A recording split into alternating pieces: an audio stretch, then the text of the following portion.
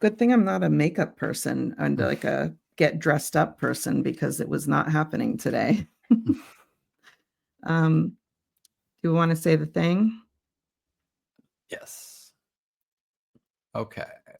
This is all for you. You can say my voice too. Oh, you're okay with that?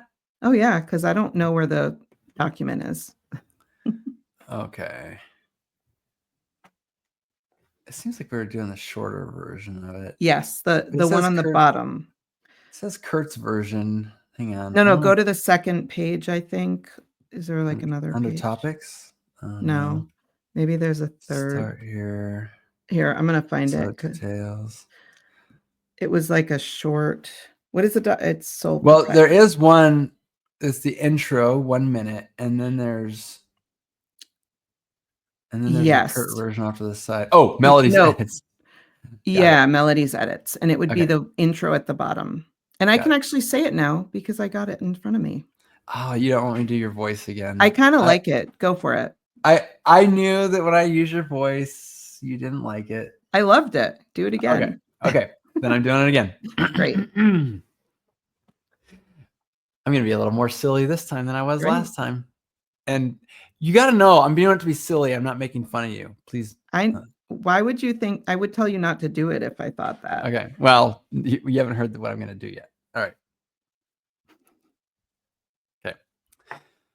Welcome to the Sole Proprietor Podcast. I'm Curt Kempton, founder of Responsibid.com. And I'm Melody Edwards, co-founder of ServiceVA.com.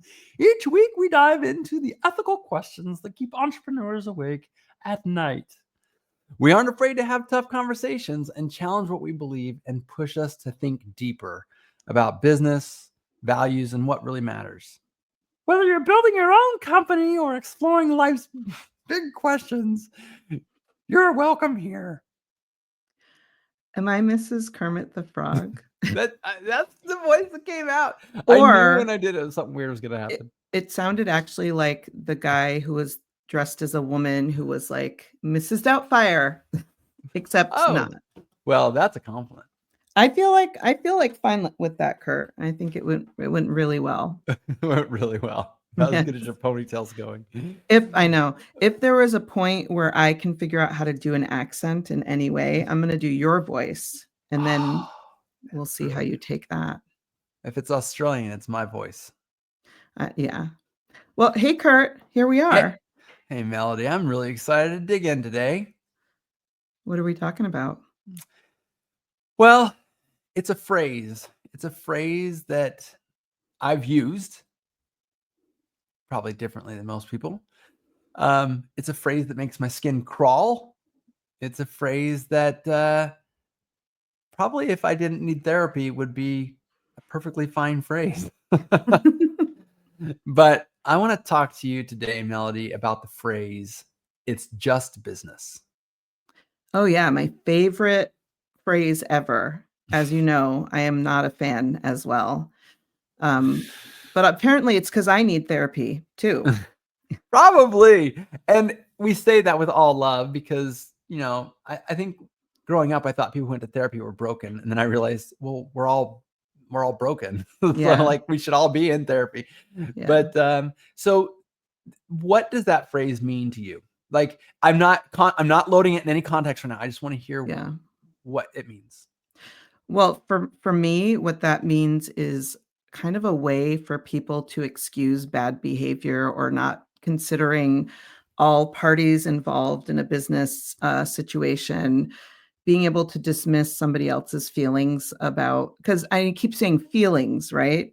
But business also involves emotion and a lot of other things. And so for me, it's more about like, it's dismissiveness, and it's also, I just think bad people.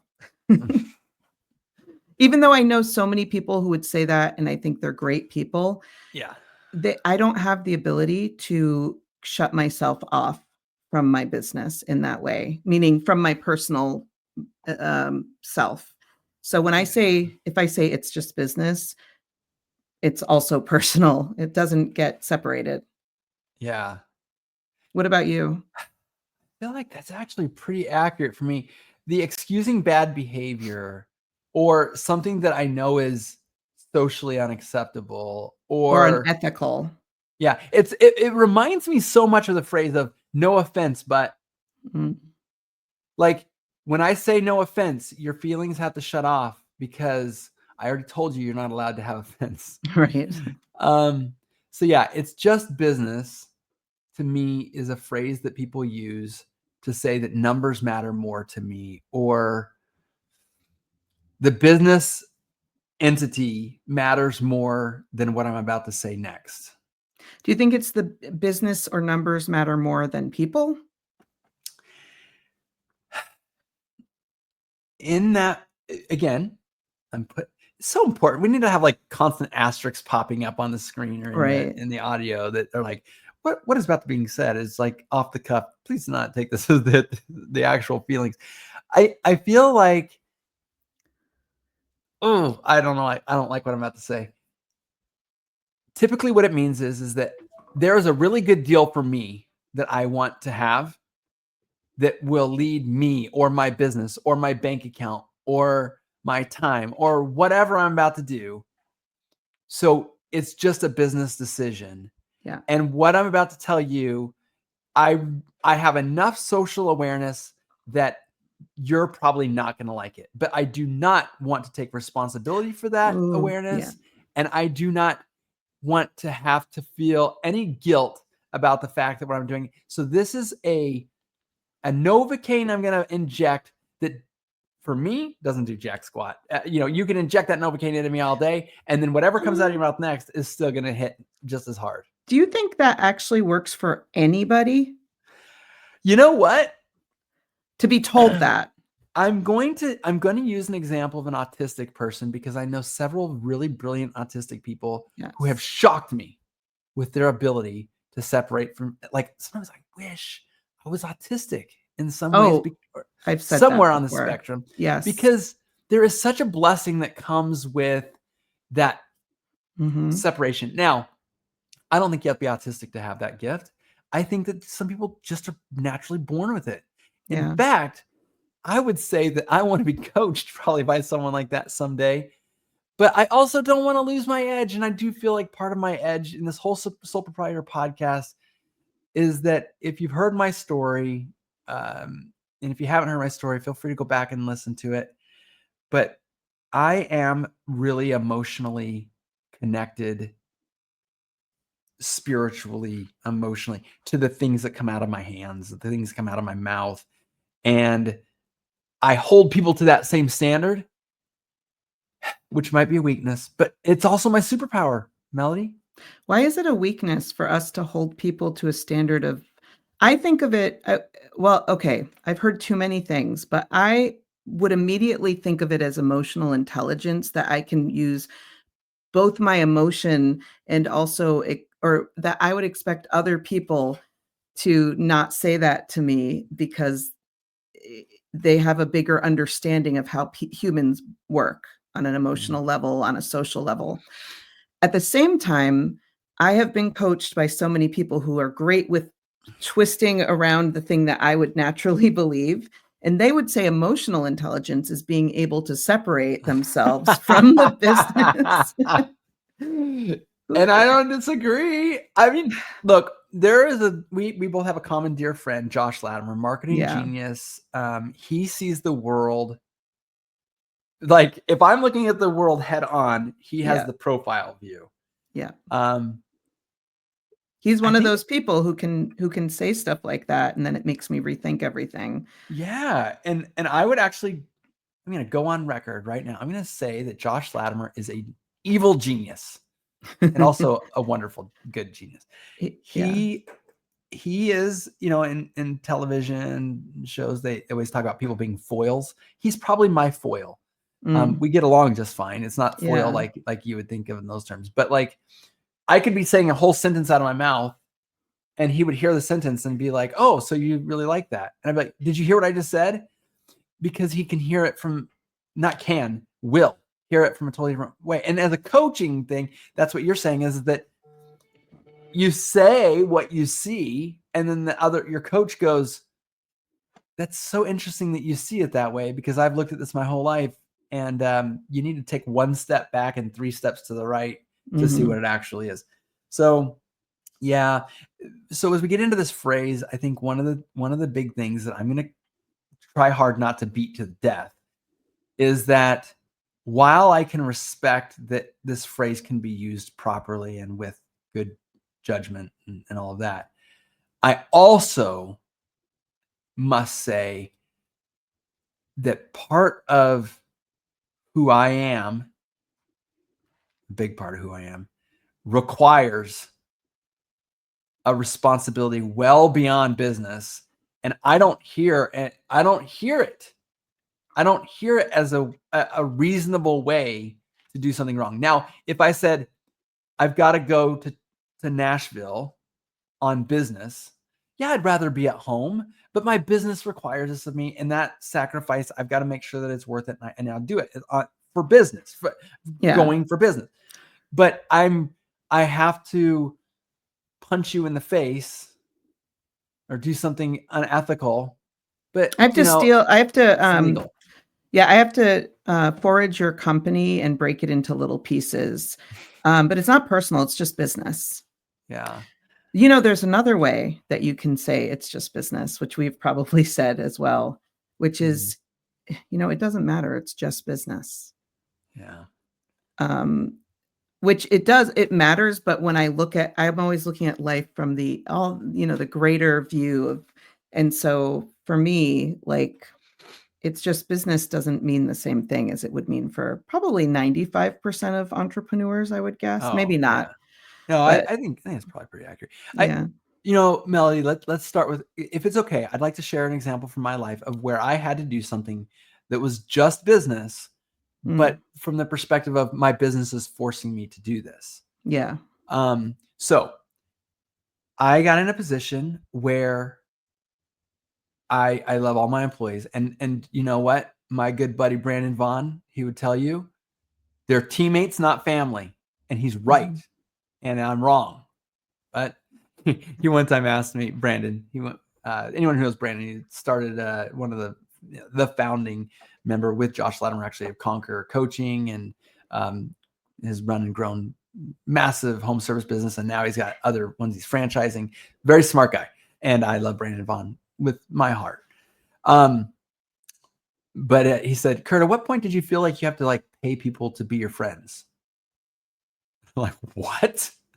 Like, I'm just wondering, like, do you have a friend deficit where you feel like you have to pay these people, like your employees have to become your friends, or like, and he was doing it to change my mindset, Yeah. obviously. But anyway, that gives you an idea in my head of what people have seen, and kind of my personal truth is like, even though I disagree that I have to pay people to be my friends, I do feel like people I am paying, I only do business with people who I'm friends with, right? Yeah. So I don't yeah, I only do business with people that I like yeah. So there you and have it. trust. Yeah.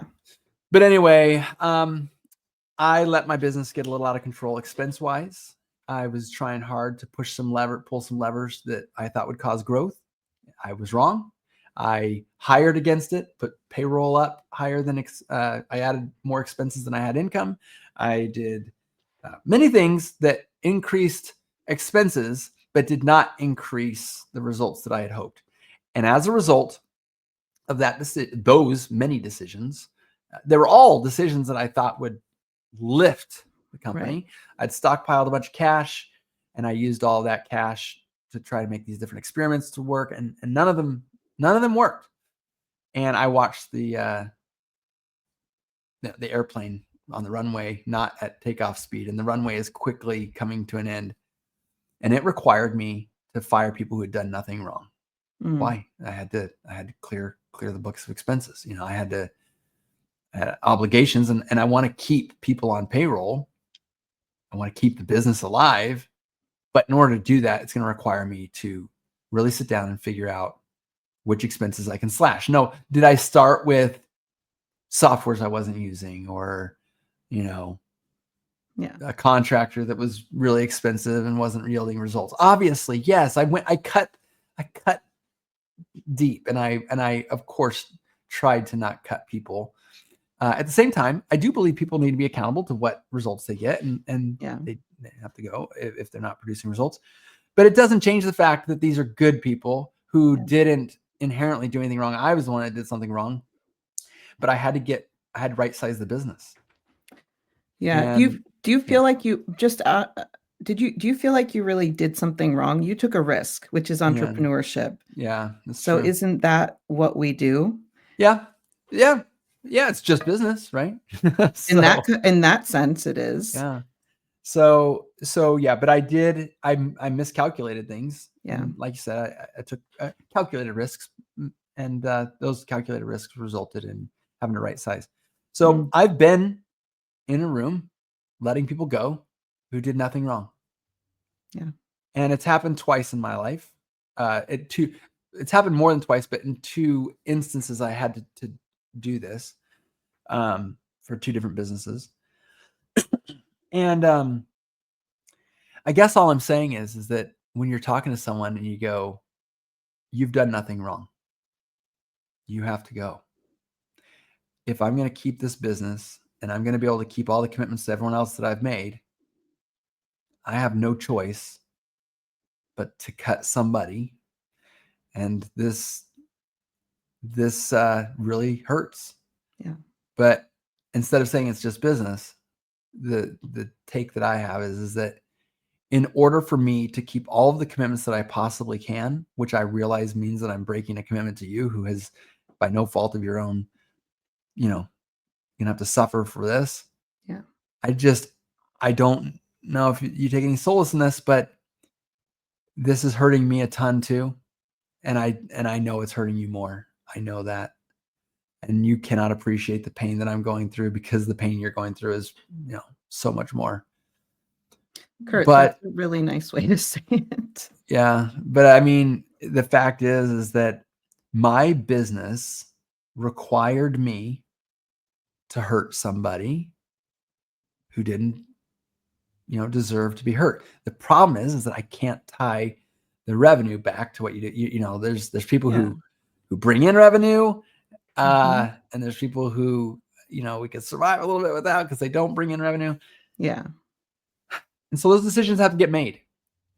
And to me, it's not necessarily that the phrase "it's just business" doesn't have a truth in it. Yeah. It was like, it wasn't personal. I'm not letting you go because it's like I got a vendetta against you. And I'm going to think about you a lot, even after you are gone.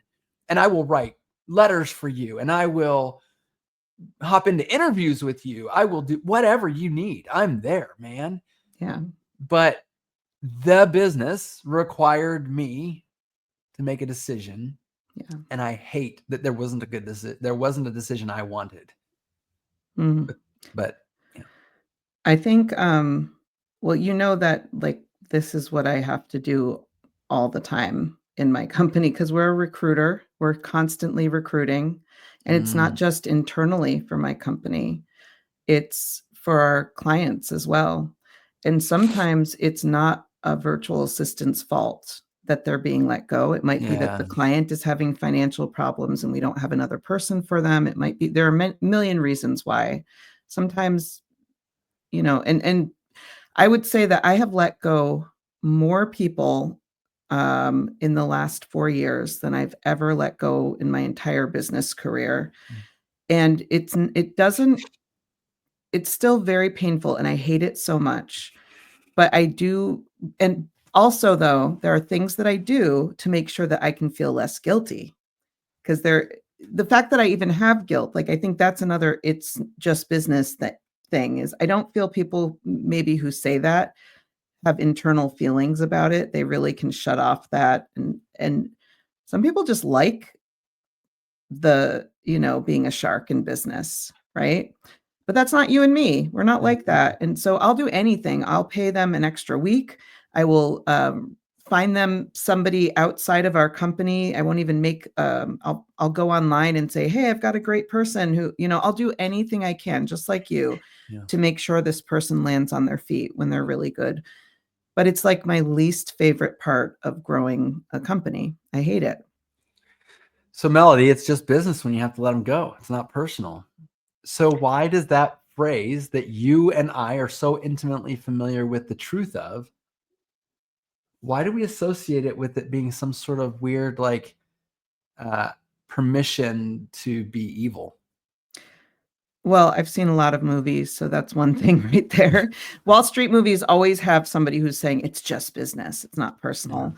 But also, the kinds of people that I've heard that from, it just it's just something that it's kind of like in the South, everybody says, "Bless your heart." It's kind of like that. Okay. It's You like, can actually bless somebody's heart for realio, you but could, no one, but, certainly in the South, it would almost be impossible because that's not nobody is associated. blessing your heart when they say that. Yeah. Now, I don't care in Massachusetts because we don't say that here, and so I think it's adorable when somebody tries to crush my soul by saying, "Bless your heart." But it matters to people in the South, right? And I Yeah. just think in the business context, everybody knows what "it's just business" means. Mhm. And we all make choices every single day to be ethical humans or like moral. We make little moral choices every day. And I am on my moral high ground now, but I'm not. This is just what I believe. And it's what I've Yeah. always believed. I don't shift my views or change my views in my like my inner belief system, right? I would Mhm. love people to shift my belief system in some way because it would be so much easier.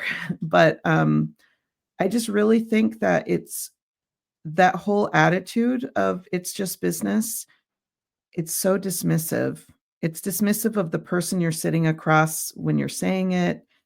I don't know. Obviously, you and I are on the same page that this is not the kind of thing that we would say in our world. And yet, we have said it.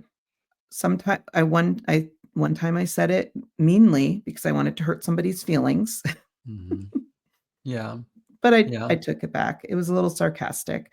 And I've been told that many, many times, and every time I've been told that, even recently in not so many words, but in those words, it's that, it never stops being painful.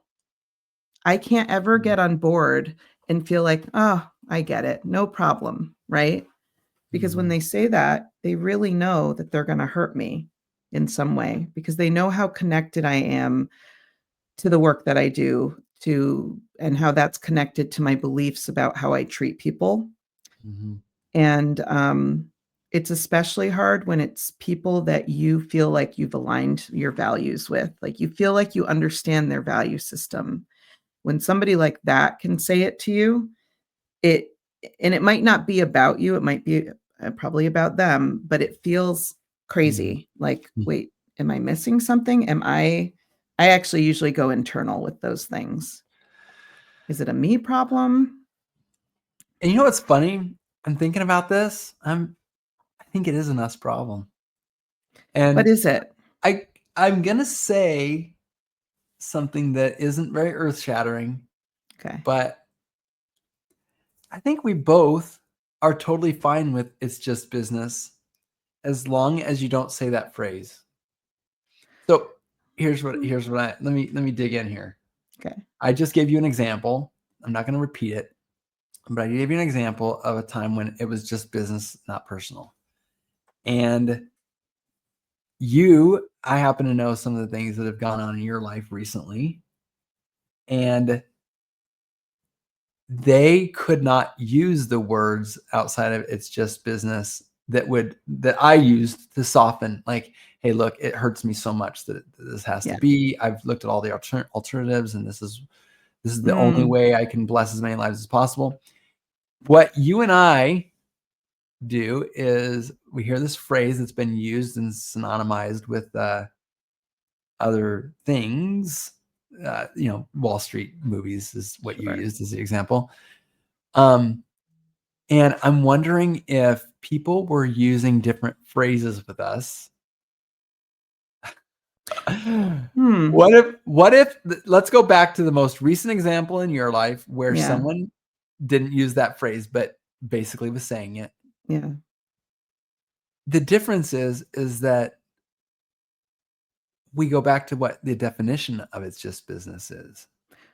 Well, I think, Kurt, though, like some it's not a I think it's that when people do that, there's excuses and there's not validation, true validation of the emotion that somebody like when you gave your example, you were saying to your employees, this is painful for me. I can only imagine how painful this is for you. And Mhm. you were letting them know that you understood that you were hurting them. You understood that this was going to affect their life in a big way. You weren't saying, you'll jump back on your feet. Everything's going to be fine. Nothing's going to change, right? That Nothing's gonna change. Okay, you know what? You mm, not only swayed me, but that last phrase just convinced me mm, that it's the use of that phrase or like that. It's yeah. the whole, this is not going to affect you It's not a big because deal. it's not Yeah. a big deal. Nothing will change when the other person on the other side is like, literally, you just changed it. You just made it so I don't have a job. You Yeah. just made it so that we have to be enemies now. You just made it so that I can never be seen in public with you again. You just, like Yeah. that. So if you had said it's not going to change anything for me, then what you just said is that I don't care about Yeah. what's happening. And it's the I don't care, and that's the same with the non-validation. Is when I tell you that this is how it's going to have to be, the next question is, do you understand the full effect? Other than how it's going to affect you, do you understand the full effect of who is affected by this? And do you care? And I think that is where I just became convinced, is that the phrase itself isn't really all that. No. It has no It's teeth. it just stands for the whole It's part of the that. it's Yeah. the either I don't understand how this is gonna affect all parties, or I don't care how it affects all parties, and I refuse to acknowledge that or take any ownership of it. It's the refusal to acknowledge. I also think, for people who are really deep into the business world, they don't wanna sit with that pain that you just caused somebody. Of course you don't want to. It's No. not fun. But also, if you respect that person and if you, care about them in any way, or if you respect them as a associate or whatever, and you wanna do business with them again anytime in the future, like, you have to say in some way, like, l you know, you have to listen to them and say, "I hear what you're saying, and I'm so sorry," or Mhm. because there are ways to say it where it's meaningful, and then there's ways that are dismissive and that are kind of like, people trying to coach you out of feeling that way because they don't wanna experience uncomfortableness in those moments. Yeah. And I think I've always seen it the opposite way, is that they don't, well, no, maybe it's right in line. I'm teasing this out in my head right now. Yeah. Do you have feelings? Like that's kind of in the first thing is like, I feel nothing. I said this and it excused all my feelings. So I'm not having to deal with that discomfort. And maybe that's actually the opposite. Maybe they have all of those feelings and this is their way of dismissing, like They like don't wanna be uncomfortable. They don't wanna they're deal with it. mending. Yeah. Yeah. Um, yeah, it's not it's so much a part of business and business world, and, I just find over and over again so I'll give you we just talked a little bit about generally some examples in my life that I've experienced. But when a client or when a prospect, I've done sales calls or whatever, when a prospect comes back and says, "Hey, I'm sorry, like I really loved meeting with you, but you're just out of my price range," right? I don't Mhm, take that personally. It's not like they're doing something to me, right? mhm. Um, and they could say it's just business and I wouldn't care because that's not because I would get it. because Mhm. it's not affecting me. I mean, if I was super sensitive, I could say, "Oh no, but it's not that. It's not a personal thing. It's just they're looking at their options. This one didn't fit into, everything." So that's a different way, I guess, to look at it, but it's really when it is personal. It's bad when somebody's saying it's not personal, it's just business, when we all know that it's personal, that's when it really cuts. Or when it's not personal for me because I win. Yes. Oh, 'Cause yes. that's actually, in my opinion, almost the worst one, where it's like, Yeah. I actually think you're a pretty great guy, or a great Yeah. gal, right? But I could make 100,000 extra dollars this year personally. Uh, you didn't Ooh, do anything wrong, but what's our like, number? What do you think your number would be? Like, what would cause you to break, uh, your kind of like your stickiness on this idea of how much we hate when people do that? Is there a number? well, I know what my number is higher than. I don't know what my number is, but I know that I had a very real, and I'm getting ready to ask you a question more Mm, on a much grander scale too. But I think this is good to step back and have these thoughts, because there was a time in my business when things were just so hard, and I saw how much money is coming in gross each month, and I thought I could make all of this go away and mm, just fire everyone, continue to collect checks until everyone just leaves this product. Like, this is like those thoughts where you have about suicide, that you're not actually going to do it, but you're like, what are my options? Well, yeah. I could kill myself, which is of course a horrible. And if you're struggling that way and like you're really in those thoughts, obviously you need to talk to a professional Oh, for yeah. sure. But business suicide Mhm. is, in my opinion, it's where you fire everybody and you let the business just, if I just went 3 or 4 or 5 months, how much money could I stack? And yeah, it would hurt everybody else, but then I just never have to think about anything ever again, you know? Um, okay, so I'm saying, I know that when I had that number, I was like, what a heinous thought, and know that that money's not even close to, like, coming up to it. Mm. And it was a pretty large amount of money. I remember thinking, "Well, that was a lot of money." Like, but Hmm. That's so interesting. I honestly can tell you this.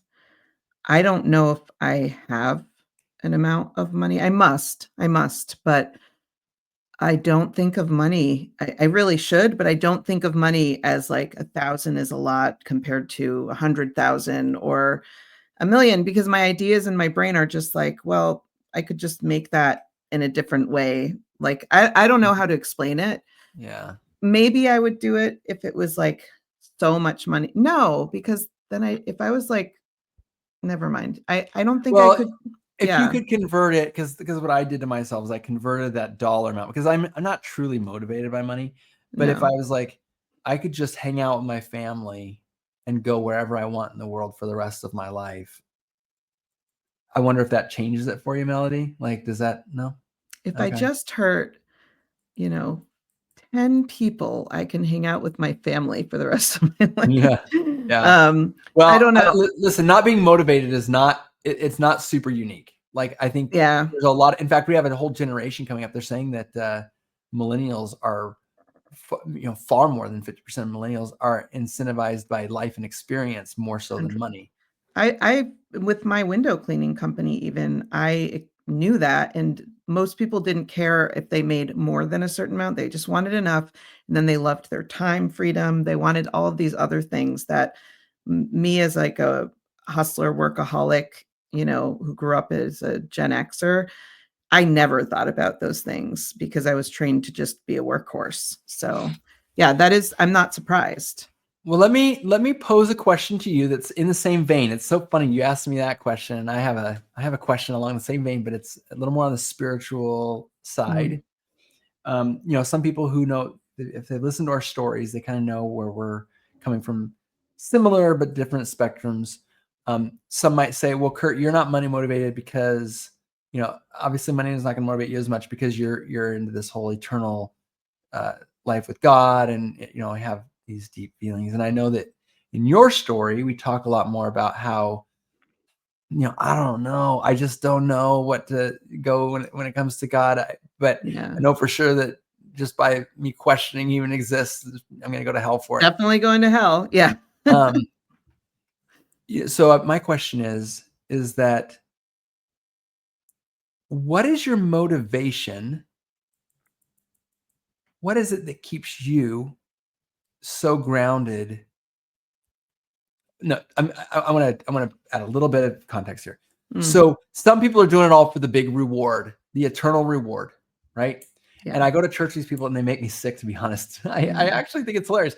You're going to be good for a reward. So you're not going to be good for you. yeah. You're not going to be good because it's the right thing to do.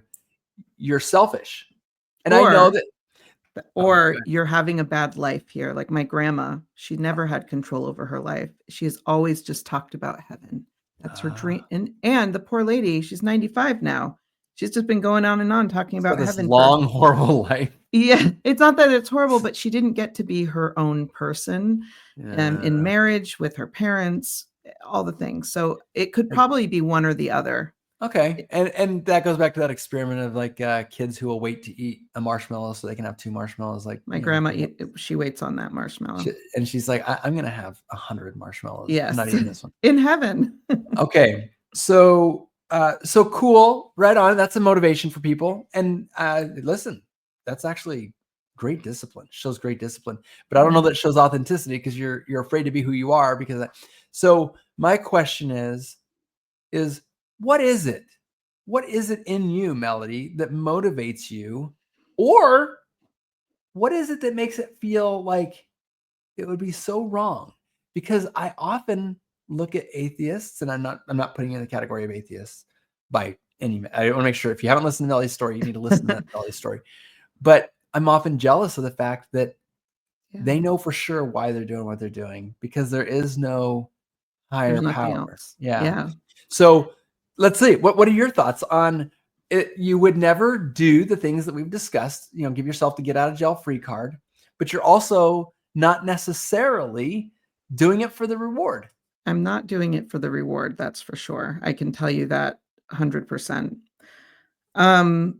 I think about this a lot because I wonder why myself a lot of the time, especially when I'm holding there's just some morality that was partially infused in me from like my religious upbringing, but also there's just things that I am, that I stand for, that I am. I've always cared about human life. I've always cared about humans and people and just maybe I'm too empathetic. I don't know. But I always feel that I don't know what my moral compass is. It's based on how I was grew up, but it's also s- been do you think it's part of who we are when we're born? Like I feel that people are born in different ways and they have different maybe spirits and I've always felt that was part of my spirit. A gentle soul. This isn't taking us away from the topic, so No, I'm not rabbit holing here. Do you believe that you're made of a spirit and a physical body? I kind of do because it helps me with when I've had a lot of loss in my life and I really used to struggle. Like I would go dark for long periods of time. When my ex-husband died, I for 2 years went and just was crazy. I could not stop thinking about him, his death, and so I started to think about where that energy went because he was like a vibrant force of nature. Where does that kind of energy go once somebody leaves?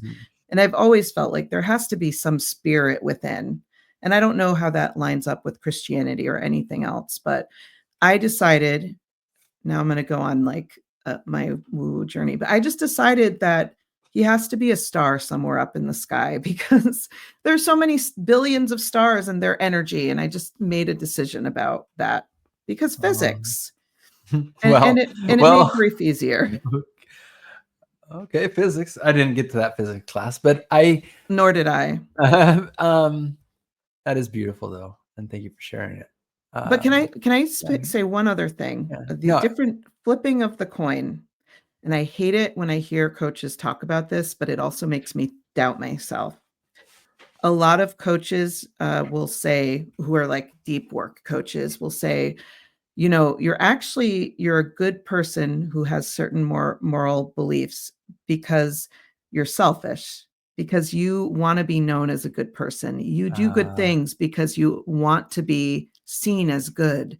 And it mhm. and in a way, of course, we do good things because we want to feel good, right? Like a And that's concrete example. Just throw a concrete example out there for the people listening and watching. um uh, I have raised money for people a couple different times where I'm the person who will see a need and I can't not see it once I've seen Mhm. it.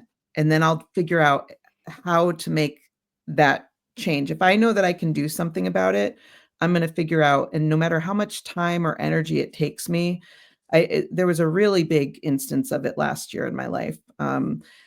One of my um, friend's children is in hospice. And so I saw a need and I just went gung ho into it. And I think sometimes it's way too deep. I just invest everything in that. I've Okay. done that over and over again in my life. It's a common theme. If I Yeah. see somebody in a fight on the street, I will run to the fight. That's the kind of Yeah. human I am. I My pulled husband, over. My kids were in the car. We're driving, and this guy was it looked like he was attacking this girl. I like drive over, careen off the road, jump out, and I go to grab the guy. And the girl's like, "It's my brother. He's just giving me a hard time." I'm like, so I guess we're a yeah, little more similar than you'd think. Yeah. yeah, yeah. So I don't, I just, it makes me wonder though, what are my, is it really, I'll just take it to the fullest example is that when I hear people talk like that, because what they're saying is you have to acknowledge that this is a part of who you are because of your selfishness. And Mhm. only then can you be authentic. But I'm thinking, but I've always been authentically me. Like it's one of Mhm. my worst traits in the business world. It's like one of the worst qualities that you can have is being yourself in Well, business. to illustrate your point, we know we've heard this one before is that if you're a bad marketer, you're just being selfish and not letting your product that's so good get into the hands of more people. That's another example of That's the another thing example. that Yeah. makes me overthink things and turn them around and around until I'm Yeah. spinning. But let's Um, get back to this other question about why you hold yourself to this standard. You've used the idea of a spirit. Um, you've used the idea of an energy. it's just who Uh, I am. Like yeah, like you're born with it is one of the things you I said. kind of feel like that. And also I think childhood trauma. Let's just say that out loud too. Okay, There are a lot of things in my life and I've talked about cult church. That's a childhood trauma right there. sure. When you're following in a church like that, you are being taught to only listen and serve. Like that's the whole point is like you're going to give up your life to serve others essentially. Mhm. When I was like born, my parents put me on the altar and said, "You're going to be a missionary." And so when you're told that kind of messaging your whole life, Mhm. you tend to look at other people as more important than even yourself. He who shall lose his life for me will find it. Right. That's Sure. yeah, Is that a verse that I should know? yeah, yeah. Yeah. There's one of the things that I do find similar in me as well is that I might have been born this way. I think there's a lot. If you take personality tests, a lot of them will point to personality stuff, and we may very well fall in that same 16 personalities. What are But you? I'm trying to remember right now. I'm a mediator no matter how many times I take that stupid test. INFJ. I think it sounds familiar. I just Yeah, remember the word INFJ. mediator. Okay. Well, here's what I know. I think INFJ is what I am. Yeah. Here's what I would say that I'm curious if you would line up on it is that we saw injustice young Mm. and traumatized might be a strong word because I don't really feel that I had the kind of childhood that I could properly and Yeah. be respectful to those who have received real trauma. But we saw injustice, and at some point we said to ourselves, "That's not who I am. I will fight to the death. It's like you see a movie and a guy is like, he could just snitch right now and save his life, but he Yeah. won't snitch. I'm no snitch. I feel Yeah. like that's where I'm at right now, is where I will go all the way down, Yeah. not being a causer of injustice. That's literally me.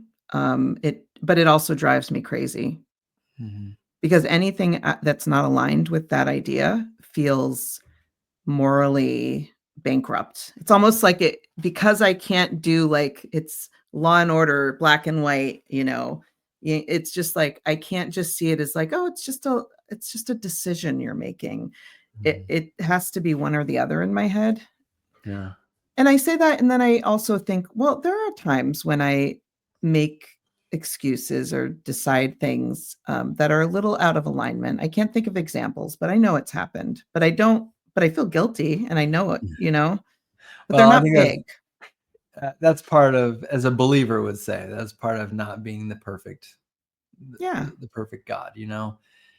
So I think we've discussed into our own echo chamber of this black and white thinking, and I'm just going to extend black and white thinking because what you and I have just discussed as far as justice and injustice, very binary. It can cause a lot of damage because we live in a grayscale world. Mm. But the problem with trying to be as white as possible is that any shade of gray we toss into black. Mm. Ooh, And I I'm have, wondering, yeah. okay, go ahead. I just had a thought. This is actually something we can discuss and have two opposing views. But we could talk about the thing that happened with Responsicon a couple of years ago, if you're willing to, because you guys did nothing wrong and I did nothing wrong, but I felt Oh, deeply injustice. I felt deep injustice, right? yeah. We could be, it's something we might want to consider talking about because we both had a point of view. And if I Mhm. didn't talk to you or I didn't know, I promise you, Curt, if I hadn't approached you, I don't know how I would feel about you right now. Mm. Do you know what I'm saying? Yeah, yeah. But we don't have to. No, it's one of those things where I certainly don't mind punishing myself for eons of time about not seeing your side ahead of time. Um, I would hope you wouldn't punish yourself but at you all. see how it is that everything was Yeah. white and white and white until it became gray and then it was black. Yeah. Um, you really did a good job there. I mean, and the people who are listening are like, "Woo, telling the juicy story." Um, and with the amount of time we have left, maybe we could tell a little bit of that story and just really get the bones of it out there, because at the end of the day, um, well, there's another party of the story that probably doesn't deserve to be brought up without their permission. But Mm. I do think that there's a really important it's just business element here, where it's Yeah. like, as an entrepreneur, I am carrying forward doing business. Yeah. And then as we get into the actual meat of it, we can't possibly know everything. And Absolutely. there's more. So I don't know how far can we take this without imposing on the party that we I haven't asked don't permission. I don't think it would be imposing because it's nothing against that party. We'll call them a party. But let me just give my perspective and then you can give yours if you wanna Okay, that'd do be great. that. Yeah, Yeah. let's do it. So you I don't think you knew this at the time also, but your team was sending out invites because I had been a vendor at your event that you had been running, right? And Mhm. they sent out invites for the next event. I had just had a concussion not so long before that when I was out. I was just out. And so I definitely missed that first invite to become a vendor or whatever. But at the same time, there's this other entity that had started that you were a part of. Maybe we can't talk about this, but I think we could.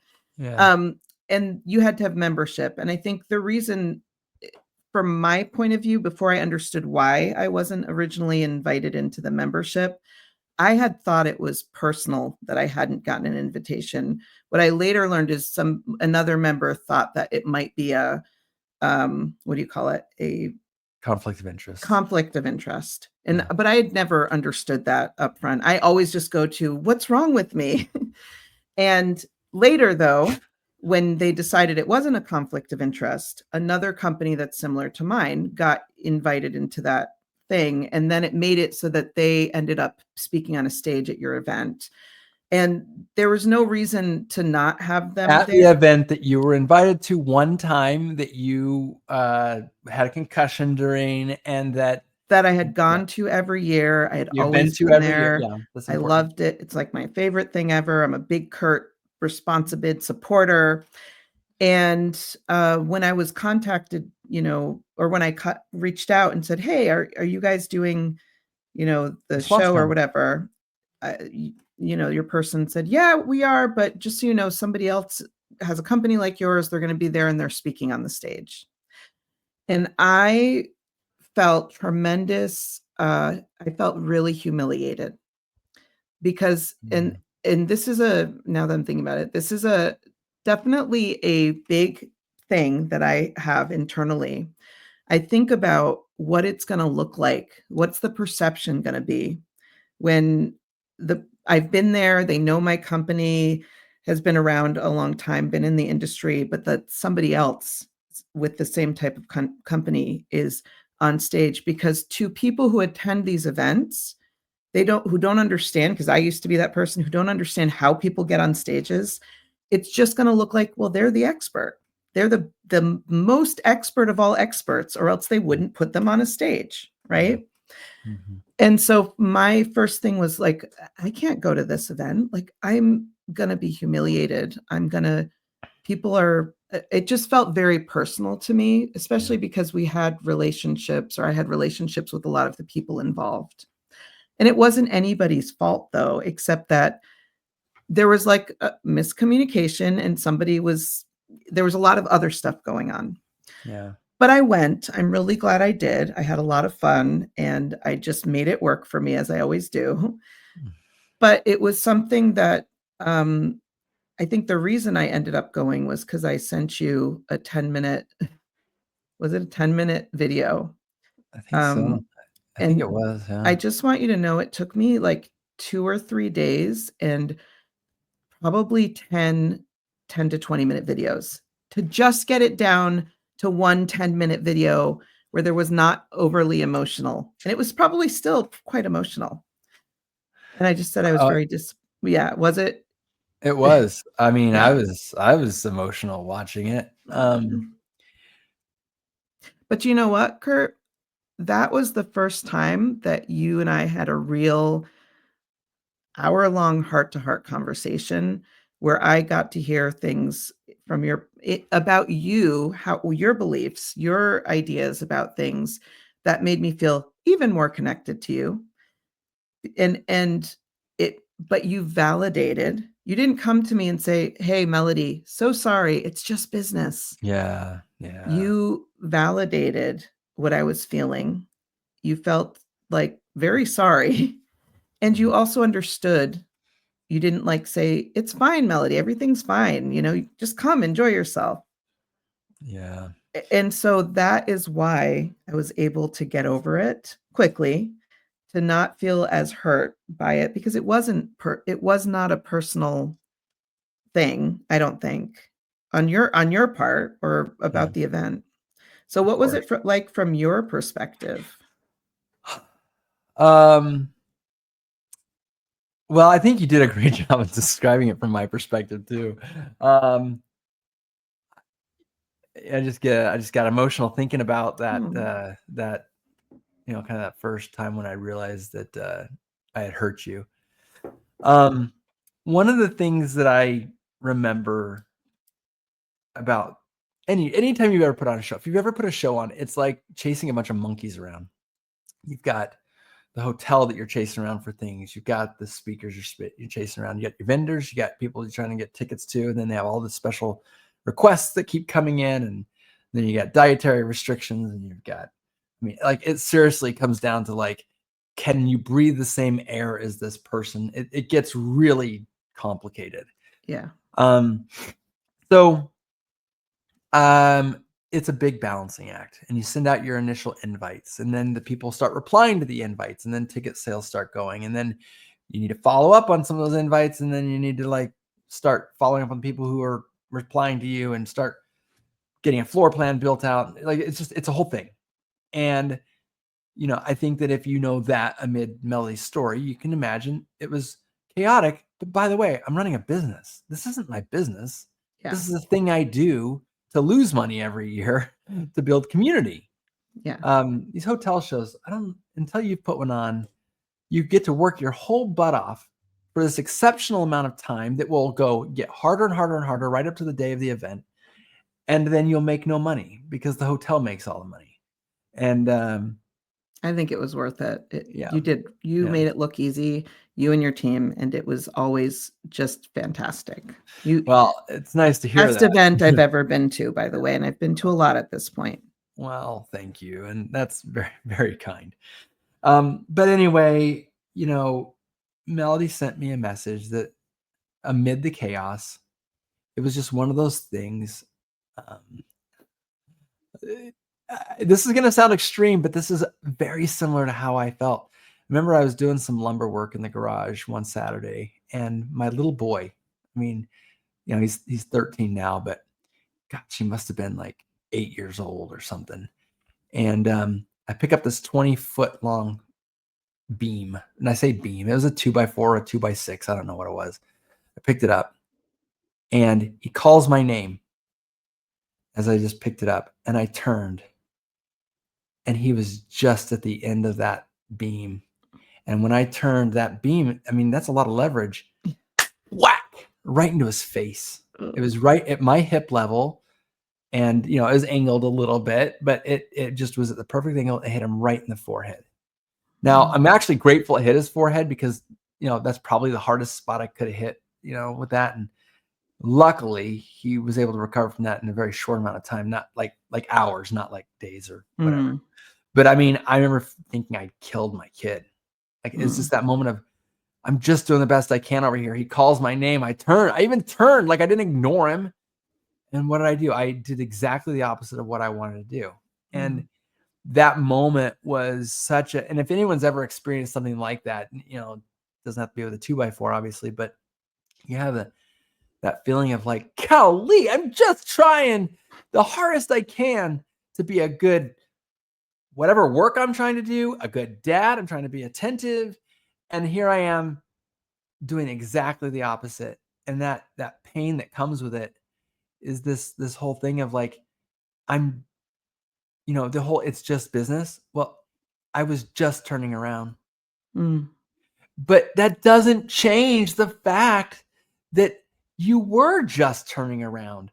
But take a second and acknowledge like that. You don't get to say, well, when I turn around, you can't hurt. I was just turning around. No, you cracked him in the face. Obviously, it's hurt. And I think any parent would have no problem understanding that concept. You're wrong. Some parents are like, put some dirt on it. Well, that's actually kind of the normal dad I am. But I did that to them. And I dropped the 2x4 or whatever it was. And I run over to him. I grab his head. I cradle his face. Son, I acknowledge, like, not in these words, obviously. I acknowledge you're in pain. I validate your pain. I am so sorry for the pain that I caused you. And I got to just say that watching that video was like this 10-minute slow motion of watching. I knew when I started watching the video, and about 30 seconds in, I knew exactly where it's Curt. I've always seen you as one of the good guys. I can almost recite it to you. I didn't say that. Yes, you did. Yes, you did. You've always been one of the good guys, one of the guys that I've always looked up to. I've always looked at you as being one of my people. And I just knew. I knew when you started. I knew I could see the 2x4 turning. I was watching it in slow motion. You told me about, your perspective, what you saw and the pain that it caused. And, you just feel so bad. And you think, Melody, you just want to cradle your face and just say, I'm so sorry. You did cradle my face because you emailed me and said, "I wanna talk to you right now," or whenever it was, and we made a Yeah. time. Yeah. And it really, it meant so much to me that you did that. Um, because I think in the video as well, because remember, it took me 500 takes to get Mm, just mm, one that wasn't yeah. over the top, but that really spoke to what I was actually feeling. It I didn't change my ideas about who you were. I Yeah. just wanted you to know because I trusted you. I trusted who you were. I needed you to know that I felt this way, that something had happened to me, and, in order for me to release it, which was the whole point of that video, I had to tell you. Yeah. Yeah, and I think, obviously you were right about all of that. Um, I still do think I'm one of the good guys. I know I'm one Oh of the my good guys. gosh, of Yeah. course you are. Here we are, But here we are on this podcast together. yeah, yeah. I mean, I'm trying to dedicate my entire life to being one of the good guys, right? And not to please somebody. I'm not No. doing it. I'm doing it to be authentic to myself. Yeah, But it does bear out that doesn't matter how hard you try, you're gonna screw up. yeah. And, in business, we talk about that in the mistakes is where you get to actually show who you are as a business. And I Mhm. think the same goes for as a person, as a husband, as a parent. There's so much that goes into, what we do with our mistakes. But anyway, I just remember that I felt that I felt that when you said it, you didn't say, I thought you're one of the good guys, and now I know that you're a bad guy. That's Yeah. not what it was. It was, I'm so confused. You know, you probably had this growing up too. We talked in both of our stories about how much our parents mean to us. Yeah. And if my mom or dad ever said, I'm not angry, I'm just disappointed. Ooh, the worst. I mean, yes, I did get some hands across my butt. There were times when I got that. Same. But you know what? It doesn't affect my kids. I have a couple kids that it affect, but I have 2 kids that if I said that to them, they'd be like, "Sweet, I just I disappointed you." know. Yeah. But we are made out of that different cloth where I'm not mad, I'm just disappointed is literally the most painful, you It's know? like a 2 by 4 to the head. Yeah, it truly is. And, and the trauma that would come from that is Oh, like, yeah. maybe not physical trauma, definitely not physical trauma, but Yeah. definitely that mental and emotional anguish is real. And so, Hmm. those kinds of things, knowing that about our personality and knowing that the audience who's listening to this, there may be people who are listening to this to try and understand people like us. But the people who are listening who are like us, they understand that the phrase, it's just business, can be perfectly fine. But the meaning and validation and and understanding that it's not a get out of jail free card, it means that you'll probably never use that phrase. Yeah. Yeah. Because what you actually mean, if you're leading with your heart and if you are trying to be genuinely a good guy, uh, that phrase isn't the way it comes out. If you were thinking it through, it would be something to the effect of, I have I have thought of every way to not hurt you that I can possibly think of. All of them end in a way that is not feasible. It won't work. This, I acknowledge your pain. I understand if you don't acknowledge mine because I understand that you're at the receiving end of this. It's hard for the guy who swung the 2 by 4 to say, please stop acknowledging your pain and please acknowledge that this is hard on me too. No, Mm. no, you can't do that. Um, and so it's very much about, I don't do this on purpose. I don't do this because I have a vendetta. Now, from an accountability perspective, if you did something wrong and you have to go, that's not what we're talking about here. That's not just No. business. That's just your performance will not allow you to stay here. That's not what we're talking about. Right. So I think that's the key, is that if you acknowledge and if you have empathy and if the person is truly not at fault, I just don't think that phrase would ever escape your lips. No.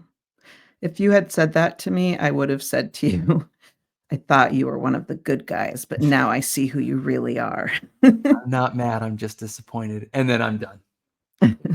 Yeah.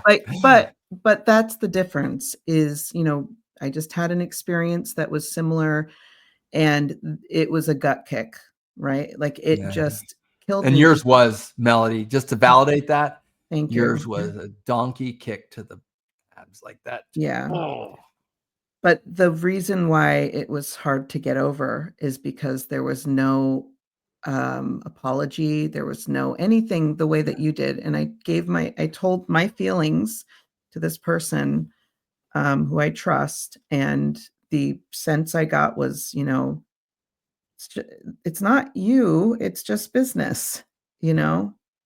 And that's the difference between next time we'll talk about something I've done bad to you, okay? So You know, and by the way, you didn't do anything to me. Like, when we yeah, look at this as a whole, you didn't even know this was happening. So yeah, it yeah. wasn't about you, but, yeah. Well, as we sort of wrap things up here, I do think that we don't need a tit for tat on this by any means. I do think it's important to say though that you have hurt people before, and I Mhm. can't think of anytime you've ever hurt me in any way, but I've it's definitely it's hurt people for sure.